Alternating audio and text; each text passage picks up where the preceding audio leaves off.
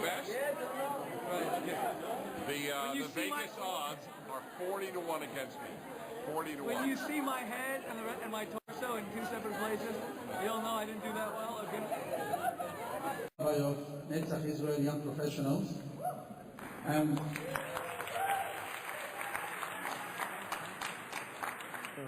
We'd like to welcome you all here this evening, especially Rabbi Boteach and Mr. Prager. Thank you so much.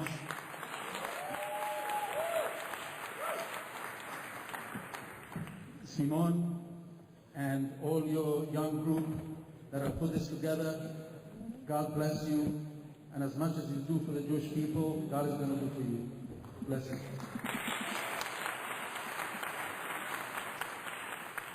In light of today's horrific and devastating tragedy in Jerusalem, please join us in observing a moment of silence as we remember our 8 brothers who were killed and all who were injured in the attack at Merkaz Harav Yeshiva in Kiryat Moshe, Yerushalayim. We honor their lives and bless memory. Please rise for a minute of silence. Thank you.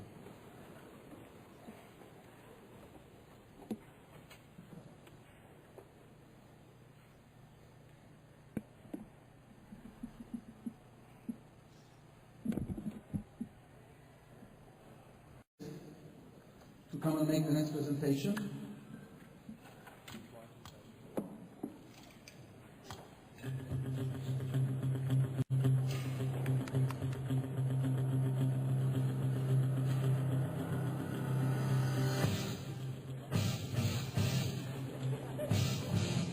Thank you, Rabbi. First off, I'd like to ask all of you to please turn your cell phones up to maximum volume. Again, please turn your ringers on maximum volume. Thank you. Good evening, and thank you for joining us this evening. On behalf of Nessah Israel Young Professionals, I would like to welcome you all to the debate of the year. Are the modern men broken? If so, are they fixable? With us this evening are returning guests and dear friends of Nessah. Tonight we will hear their contrasting thoughts on the causes and solutions of this matter. In the left corner, with an overwhelming height of 7 feet tall, some of you might even know Rabbi Prager Zadeh as Mr. Dennis Prager. However, everybody surely knows him as an amazingly gifted man and moralist whose mission in life has been to get people enthusiastic about right and wrong.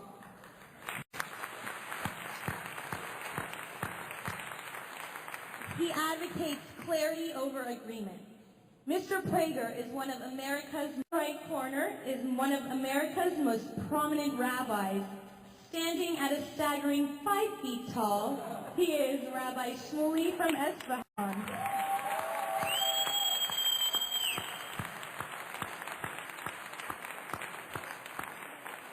Rabbi Shmuley from Esfahan. Our wonderful moderator for this evening is Nessah's own Simon Etehad.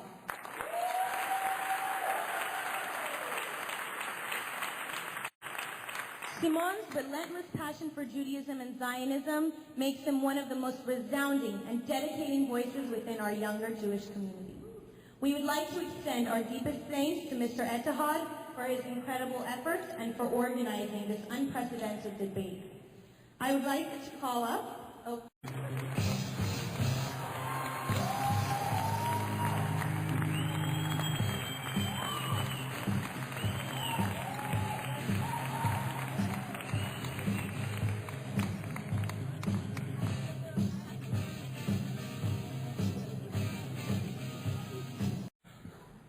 Good evening, ladies and gentlemen. I see that you all applauded when Dennis and I hugged each other. Little did you realize that I took his wallet. You know, if Dennis...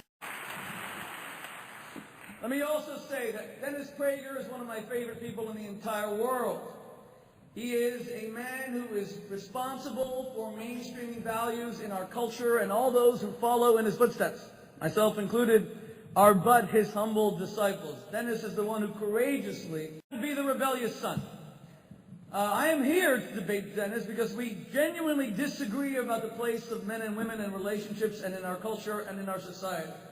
My friends, the American male is broken. Ta-da! The American male is a shard of his former self. He has become a spirit that only haunts his family, bereft of a capacity to inspire his children, incapacitated in his ability to love his wife, reduced to an hour or two of porn digestion per night, incapable of really making passionate love to his wife,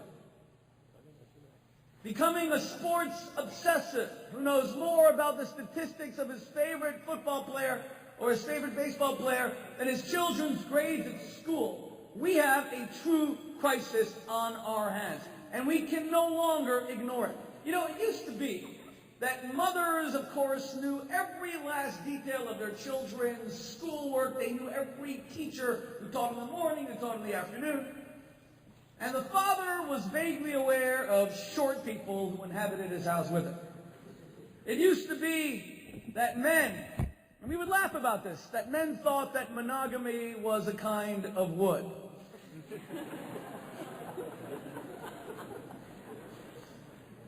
We could once laugh about the fact that when a man would propose to a woman, they would finally get engaged, and she would envision the beautiful bridesmaids that would be present at their wedding.